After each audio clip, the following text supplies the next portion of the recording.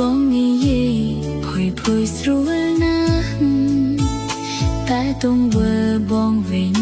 ផ្ទុយដាច់ស្រឡះមិនយល់សោះថាព្រោះហេតុអ្វីព្យាយាមធ្វើល្អមិនដែលខុសលើស្នេហ៍តែមាសមេមិនអោយដំឡៃបេះដូងស្រែកទួញយំក្រៀមក្រំរាល់ថ្ងៃថ្លៃមិនដែលសួរនាំមួយម៉ាត់បើស្រឡាញ់មិនដេចបងต้องអូនចោលបើស្រឡាញ់មិនដេចមិនខ្វល់ខ្វាយអូនឯកាខ្លាំងណាស់ដឹងទេឆោមឆាយបងសប្បាយមិនគិតពីស្រី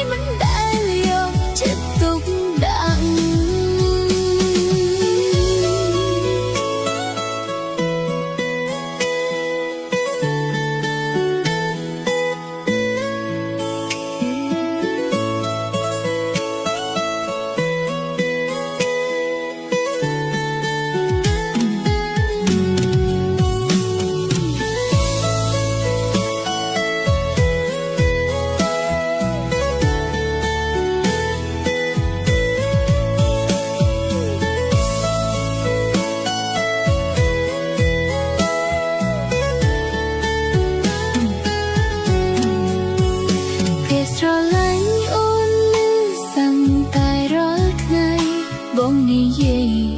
ភ័យស្រួលណាស់តែទង្វើបងវិញផ្ទុយដាច់ស្រឡះមិនយល់សោះថាព្រោះហេតុអ្វី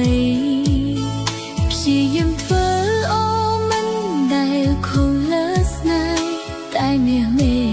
មិនអើយដំឡៃបេះដូងស្រែកទួញយំក្រៀមក្រំរាល់ថ្ងៃថ្លៃមិនដែល